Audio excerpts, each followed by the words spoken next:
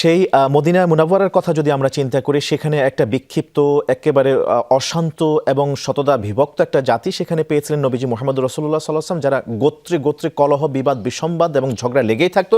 সে একটা সমাজকে আল্লাহ রসুল কীভাবে ঐক্যবদ্ধ করতে পেরেছিলেন, কি নজির সেখানে আছে, যদি তার জীবনী থেকে আমাদেরকে তুলে ধরতেন প্লিজ।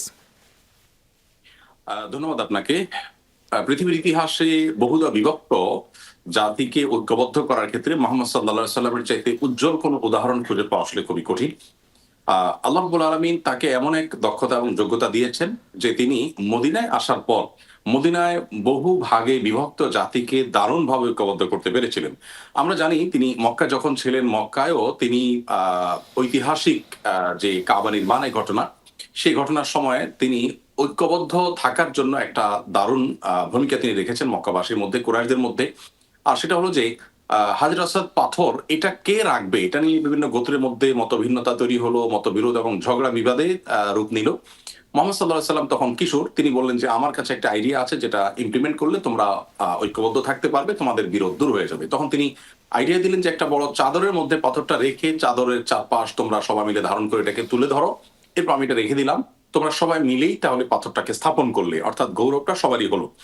তো এইভাবে তিনি কিন্তু মক্কার মানুষদের তার কৈশোরের বয়স থেকেই তিনি কিন্তু ঐক্যবদ্ধ থাকার সূত্র তিনি তাদেরকে দিয়েছেন এবং ঐক্যবদ্ধ করেছেন।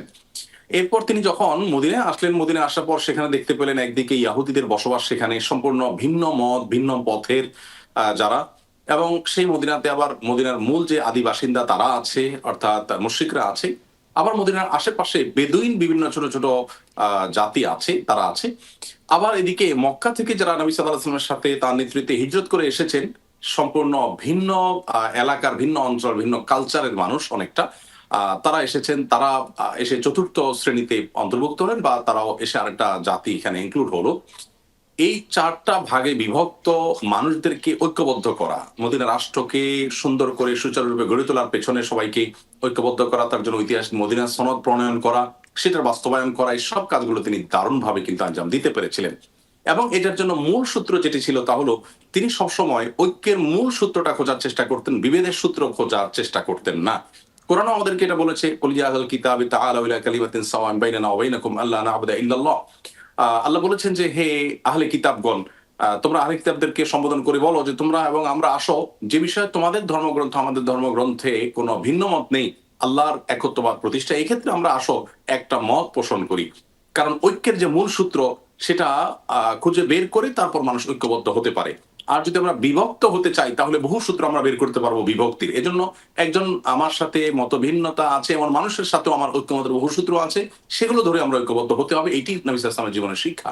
আমরা দেখি যে মদিনাতে তিনি আসার পর কোনোভাবেই জাতিগত বিভেদ তৈরি হওয়ার কোনো সুযোগ তিনি রাখেননি, বরং আউস খাজরাজের ঐতিহাসিক যে দ্বন্দ্ব ছিল সেটাকে তিনি দারুণভাবে মিটিয়েছেন, যেটা কোরআনে কারীমে আল্লাহ উল্লেখ করেছেন।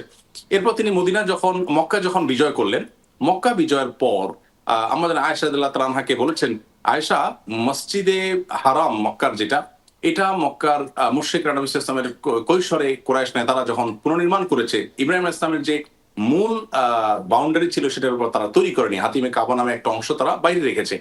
নবীজি বলেছেন যে আমার মনে চায় ইব্রাহিম আলাইহিস সালামের ফাউন্ডেশন বা ভিত্তির উপরে পুনরায় এই কাবাকে নির্মাণ করতে, কিন্তু আমি সেটা করব না। কেন?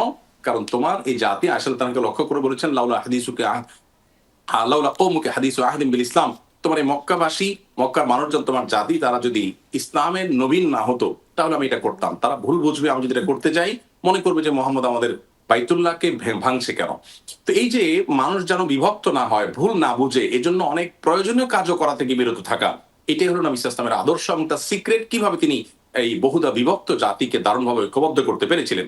মক্কায় আমরা জানি মুনাফিকরা মুসলমানদের বিরুদ্ধে শত্রুতা লিপ্ত হয়েছে এবং রাষ্ট্রদ্রোহী কাজে তারা লিপ্ত ছিল, তাদের শাস্তি মৃত্যুদণ্ড ছিল, কিন্তু নবী সাল্লাল্লাহু আলাইহি ওয়াসাল্লাম সেটা বাস্তবায়ন করেননি। কেন করেননি তাও তিনি ব্যাখ্যা করেছেন। তিনি বলেছেন, বহির্বিশ্বের মানুষ, তাদের কাছে ভুল বার্তা যাবে, তারা মনে করবে যে মুসলমানরা নিজেরা বিবাদে লিপ্ত হয়েছে, মুহাম্মদ তার অনুসারী, কারণ মুনাফিকরা তো বাহ্যিক মুসলমান নিজেদেরকে বলতো, তাদেরকে হত্যা করা শুরু করেছে।